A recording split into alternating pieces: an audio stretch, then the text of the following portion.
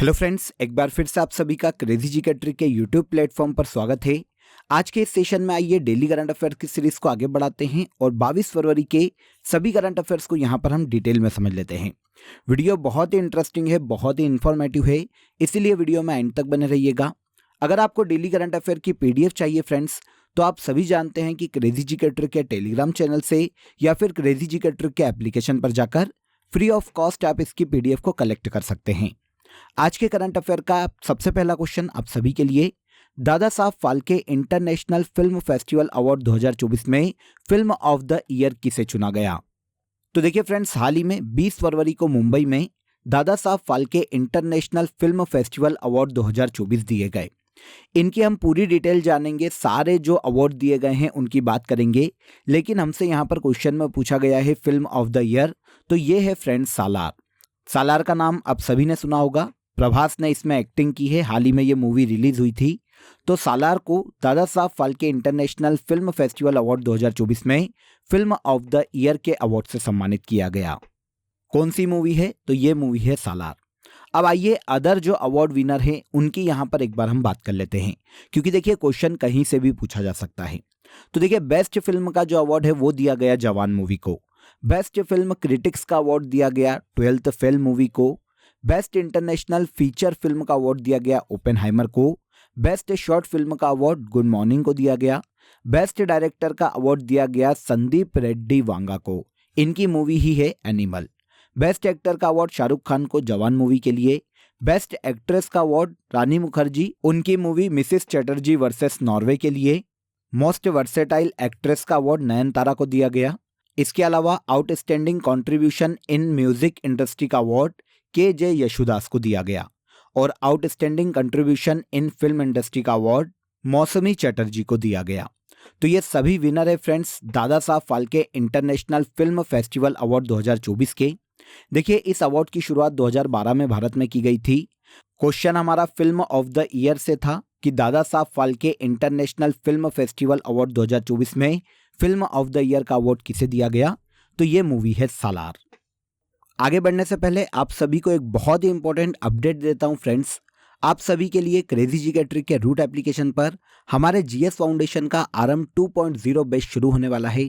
Specially ऐसे जितने भी स्टूडेंट हैं जो कि सिविल सर्विसेज की तैयारी कर रहे हैं, उनके लिए ये बैच बहुत ही बेनिफिट करने वाला है, क्योंकि स्पेशली जो फोकस इस बैच में हमारा होने वाला है वो आंसर राइटिंग पर रहेगा।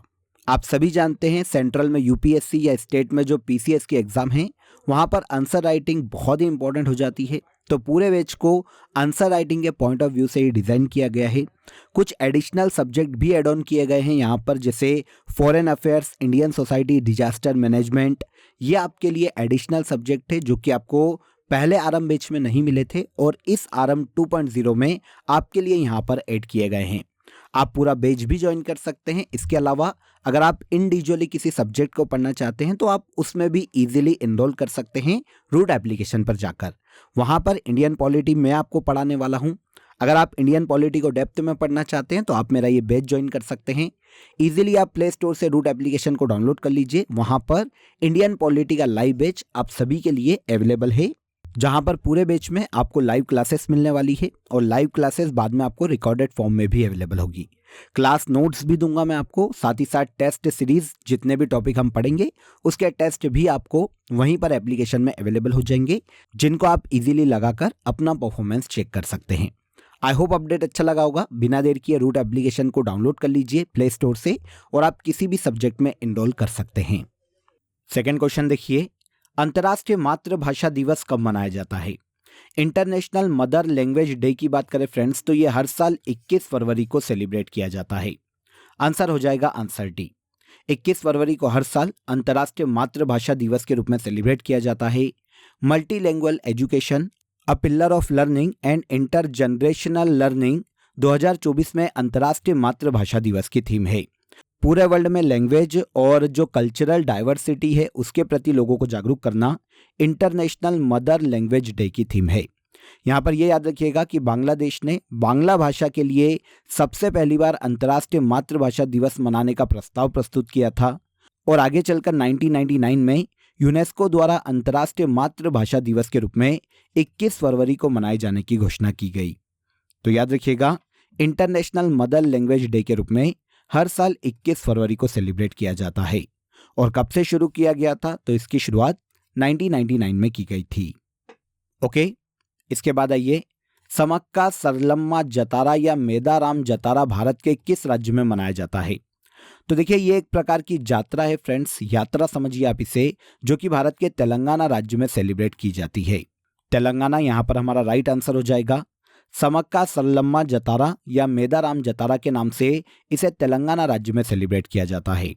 हाल ही में 21 फरवरी को तेलंगाना राज्य के मेदाराम गांव में इसकी शुरुआत की गई और 21 फरवरी से लेकर 24 फरवरी तक इस उत्सव का आयोजन किया जाएगा।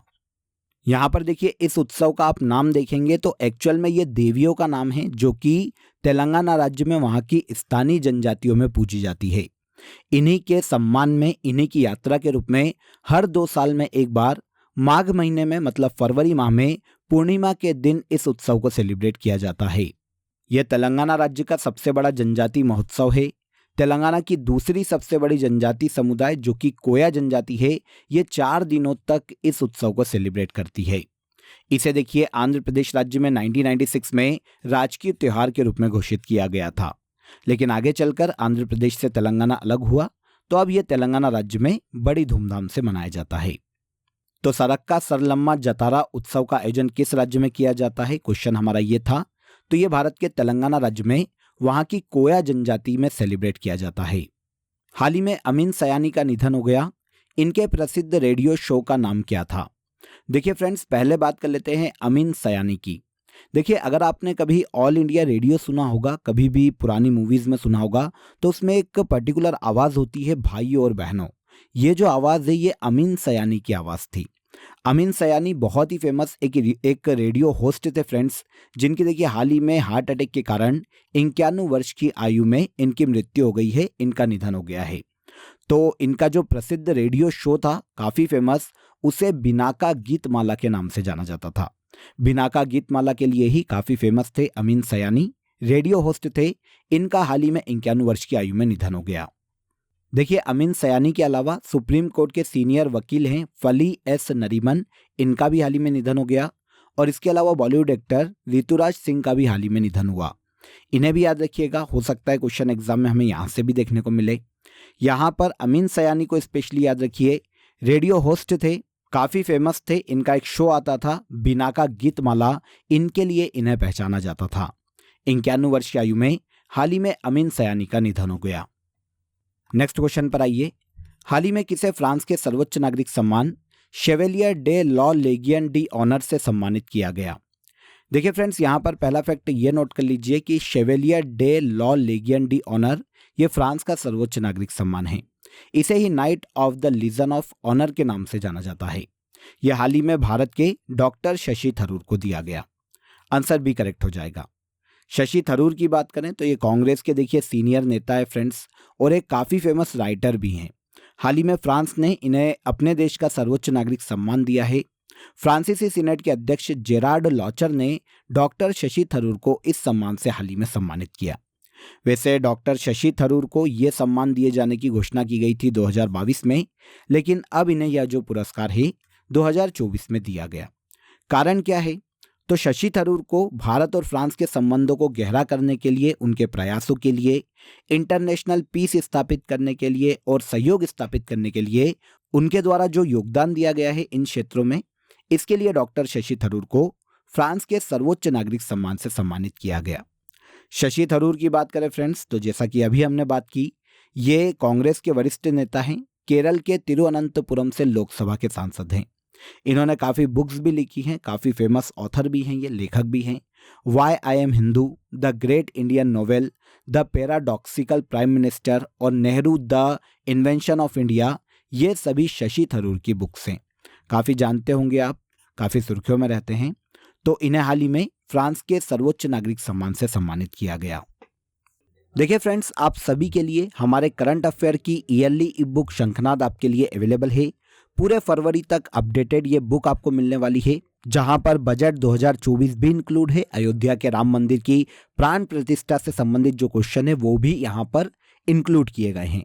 तो आप अगर हार्ड कॉपी ऑर्डर करना चाहते हैं तो आपको डिस्क्रिप्शन में लिंक दी गई है, वहां पर जाकर आप बुक को ऑर्डर कर लीजिए, डायरेक्ट बुक आपके घर आ जाएगी। और अगर आप ई बुक ज्वाइन करना चाहते हैं तो आपको रूट एप्लीकेशन पर और इसके अलावा क्रेजी जीके ट्रिक एप्लीकेशन पर ईयरली करंट अफेयर शंखनाद की ई बुक भी अवेलेबल है। आप इजीली दोनों सोर्सेज से जाकर बुक भी ऑर्डर कर सकते हैं और ई बुक भी ऑर्डर कर सकते हैं। अंतर्राष्ट्रीय सौर गठबंधन का 119वां सदस्य देश कौन है? तो देखिए, इंटरनेशनल सोलर अलायंस का 119वां मेंबर कंट्री बनी है हाल ही में माल्टा। आंसर हो जाएगा आंसर डी। यूरोपीय महाद्वीप का देश है माल्टा। हाल ही में ये इंटरनेशनल सोलर अलायंस का 119वां सदस्य देश बना है। माल्टा के विदेश मंत्रालय के सचिव क्रिस्टोफर कटजार ने हाल ही में देखिए इससे संबंधित एक समझौते पर हस्ताक्षर किए हैं और 119वें देश के रूप में माल्टा को यहां पर अनुमति मिली है। अब देखिए, आपको ये तो पता चल गया कि माल्टा इंटरनेशनल सोलर अलायंस का 119वां सदस्य देश बना। यहाँ पर हमें यह भी पता होना चाहिए कि एक्चुअल में ये अलायंस है क्या। तो देखिए, विषुवत रेखा के निकट के जो देश हैं फ्रेंड्स, उनके मध्य में सोलर एनर्जी को बढ़ावा देने के उद्देश्य से इंटरनेशनल सोलर अलायंस का गठन किया गया था 2015 में। भारत और फ्रांस के संयुक्त प्रयासों से 2015 में इस अलायंस का गठन हुआ। इसका हेडक्वार्टर हरियाणा के गुरुग्राम में स्थित है और वर्तमान में 97 देश इस गठबंधन के पूर्ण सदस्य हैं और बाकी कुछ देश ऐसे भी हैं जो कि आंशिक रूप से इसके मेंबर हैं। लेकिन आपको यहाँ पर यह याद रखना चाहिए कि 119वें सदस्य देश के रूप में किसने सदस्यता ली, तो ये हो जाता है माल्टा। सौर ऊर्जा के उपयोग को बढ़ावा देना, इसके प्रति लोगों को जागरूक करना और सभी देशों के मध्य में इससे संबंधित ट्रीटी को बढ़ावा देना, ये इंटरनेशनल सोलर अलायंस का मुख्य उद्देश्य है। 119वां देश कौन बना, क्वेश्चन हमारा ये था, तो ये है माल्टा। नेक्स्ट क्वेश्चन, बहुराष्ट्रीय सैन्य अभ्यास शांति प्रयास 4 का आयोजन किस देश में किया जा रहा है? तो देखिए फ्रेंड्स, पहले तो यहाँ पर यह समझ लीजिए कि ये मल्टीनेशनल मिलिट्री एक्सरसाइज है जिसे शांति प्रयास 4 नाम दिया गया। इसका आयोजन हाल ही में भारत के पड़ोसी देश नेपाल में शुरू हुआ। क्योंकि ये मल्टीनेशनल मिलिट्री एक्सरसाइज है फ्रेंड्स, इसीलिए इसमें नेपाल और इंडिया के अलावा पाकिस्तान और बांग्लादेश के साथ साथ 19 देश पार्टिसिपेट कर रहे हैं।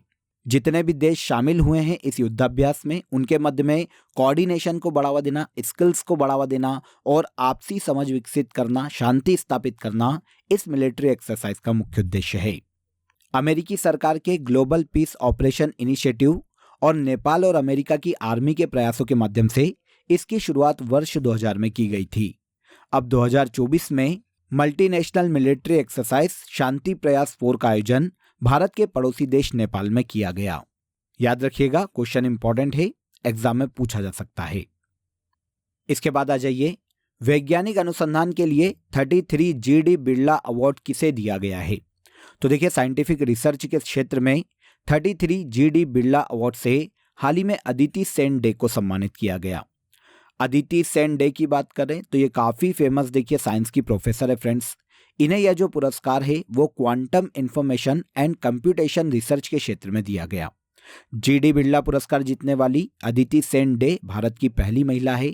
यहाँ पर एक इंटरेस्टिंग फैक्ट ये याद रखिएगा कि Aditi Sen day GD Birla award जीतने वाली पहली महिला है। जीडी बिरला अवार्ड के अलावा अदिति सेन डे को फिजिक्स के लिए शांति स्वरूप भटनागर पुरस्कार से 2018 में सम्मानित किया गया था और शांति स्वरूप भटनागर पुरस्कार जीतने वाली भी ये पहली महिला थी। तो बहुत ही इंपॉर्टेंट हो जाती है, सबसे पहली ऐसी महिला जिन्हें शांति स्वरूप भटनागर पुरस्कार मिला अदिति सेन डे है। और अब 33 जीडी बिरला अवार्ड से भी अदिति सेन डे को ही सम्मानित किया गया। यहाँ पर देखिए, जीडी बिरला अवार्ड की कैजुअली बात कर लेते हैं। ये तो हमें पता चल गया कि ये साइंटिफिक रिसर्च के लिए दिया जाता है। यह अवार्ड ऐसे व्यक्तियों को दिया जाता है जिनकी एज 50 वर्ष से कम है और पिछले 5 वर्षों से वो रिसर्च में लगे हों लगातार, तो ऐसे व्यक्ति को जीडी बिरला अवार्ड से सम्मानित किया जा सकता है। इसकी शुरुआत 1991 में की गई थी। के बिरला फाउंडेशन के द्वारा यह अवार्ड दिया जाता है। पुरस्कार राशि 5 लाख रुपए है और लास्ट ईयर 32वां GD Birla award Nilesh B Mehta को दिया गया था और अब 33वां जीडी बिरला अवार्ड 2024 में अदिति सेन डे को दिया गया। यूरोपीय यूनियन ने लाल सागर क्षेत्र में हूती हमलों को रोकने के लिए कौन सा ऑपरेशन शुरू किया?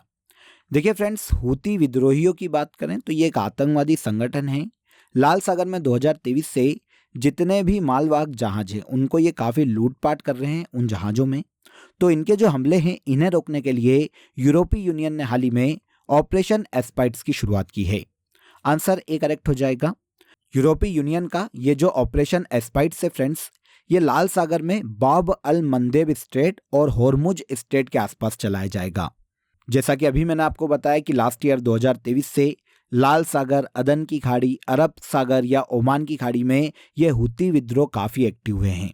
जितने भी मालवाहक जहाज हैं उनको लूटना, निशाना बनाना इनका मुख्य उद्देश्य होता है। तो ऐसी कंडीशन में जो इंपोर्ट और एक्सपोर्ट सभी देशों का जो बाधित हो रहा है उसको रोकने के लिए और मालवाहक जहाज के यातायात को सुगम बनाने के लिए यूरोपीय यूनियन ने ऑपरेशन एस्पाइड्स की शुरुआत की है, जो कि हुती विद्रोहियों के खिलाफ चलाया जाएगा। इनके खिलाफ यूरोपीय यूनियन अपनी सेना को तैनात करेगा अब लाल सागर में। ओके, इसके बाद आज के करंट अफेयर का सबसे लास्ट क्वेश्चन, 11th अंतर्राष्ट्रीय कठपुतली महोत्सव कहाँ आयोजित किया जा रहा है? 11th अंतर्राष्ट्रीय कठपुतली महोत्सव की शुरुआत हाल ही में चंडीगढ़ में की गई। चंडीगढ़ में एक थिएटर है जिसका नाम है टैगोर थिएटर। यहीं पर 11th अंतर्राष्ट्रीय कठपुतली महोत्सव शुरू हुआ। उद्देश्य की बात करें तो भारत की प्राचीन संस्कृति के बारे में लोगों को बताना, लोगों को इसके प्रति जागरूक करना, इसे सहेजना इंटरनेशनल कठपुतली महोत्सव का मुख्य उद्देश्य है। इस साल 2024 में ये 11th इंटरनेशनल कठपुतली महोत्सव है फ्रेंड्स, जिसका आयोजन चंडीगढ़ में किया जा रहा है। क्लियर? तो यहाँ पर देखिए हमने 22 फरवरी के सभी करंट अफेयर्स को डिटेल में समझ लिया। फैक्ट शीट में आ जाइए। सितंबर मंथ से सभी करंट अफेयर को वन लाइनर में हम यहाँ पर डिस्कस करना शुरू करते हैं। पहला देखिए, 16 सितंबर 2023 को आदि शंकराचार्य की 108 फीट ऊंची प्रतिमा, जिसे स्टैच्यू ऑफ वननेस के नाम से जाना जाता है, इसका अनावरण मध्य प्रदेश राज्य में किया गया।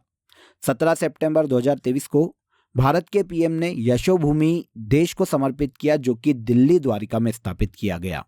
8वीं बार एशिया कप का खिताब भारत ने श्रीलंका को फाइनल में हराकर जीता।